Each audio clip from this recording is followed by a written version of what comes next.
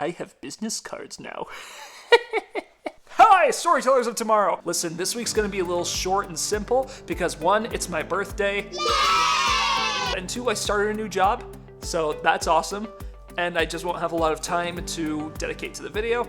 So this is gonna be a pretty short but hopefully impactful message for you guys. So I was at Life, the Universe, and Everything down in Provo this week. It was a really awesome writers and artists conference. Got to meet a ton of cool authors like Matt Dinneman, Charlie and Holmberg. I also networked with a ton of cool authors and writers, and a few potential readers as well. There was one particular panel I attended called The Teens Disclose All. They disclose what they really want in a story. And of course I went, because my books are targeted toward younger audiences. There were 4 teenagers in the high school age on this panel, and they all described what they look for in a story or in a book cover when they want to choose something to read. And something that all of them said was that they wanted to see more effort made into cover art and in prose and an overall story structure. And they explicitly said that they did not want to see AI used in any part of the book. They said that if they even saw AI on the cover, they would not read the book. They were pretty much telling us that what they really want to see is soul. So today I'm going to touch a little bit more on AI. Yes, the controversial topic itself. AI can be a great tool. It can be good for organizing, and I've used it in the past for helping me organize the story beats I have, and even for helping come up with names of characters and places. It's just a good research tool. The main problem I see with AI, though, is that people are using it to cut corners. The fact of the matter is that it doesn't have what we as creators do have, and that is a soul. No matter what AI puts out, whether that's art or writing, it doesn't contain the spark of humanity that a creative soul has. As an artist myself, I can tell you that AI art is the greatest offender for me because it can't create something original, it can't create something true.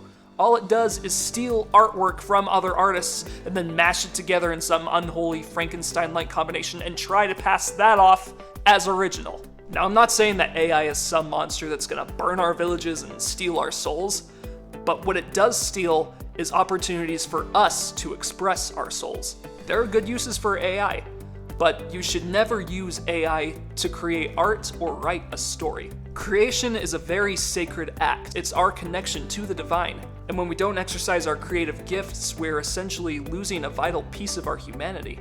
The argument that most people put out about AI in favor of it is that it's easy, it's convenient, right you are. But convenience isn't always best. True creation has never been just about the product. It's never been about the easy way or the fast way.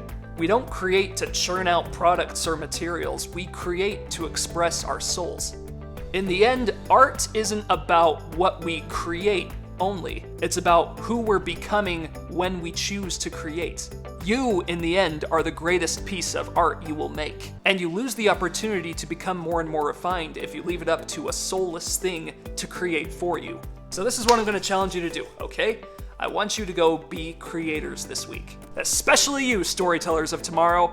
You know what you need to do. Get on your laptops or in your notebooks and get to work. Now, if you're writing a book and you want illustrations in it, you may say, but Gable, I need AI art. I have no artistic talent. Well, guess what?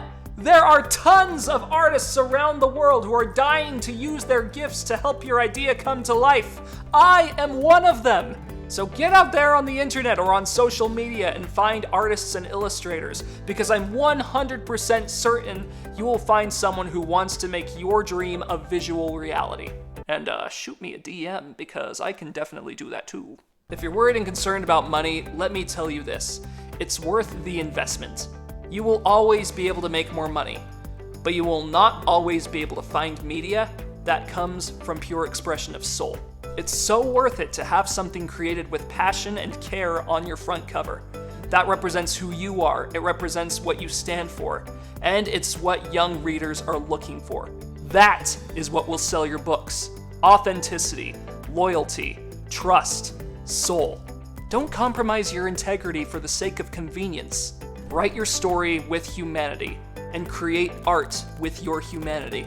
That's all I really wanted to touch on this week, but just remember that you are a creator, and you choosing to create is what will make you the piece of art in the end. You're not only going to become a better writer or a better artist, you'll become a better person. And that's really what we're aiming for. So with that, storytellers and creators of tomorrow, I will see you all next week. let the light shine brightly upon your way.